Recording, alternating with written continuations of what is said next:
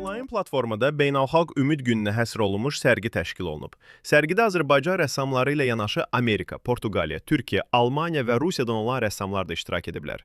Virtual sərginin ölkəmizdən olan iştirakçılarının mükafatlandırılması üçün Beynəlxalq Qalereyada tədbir keçirilib.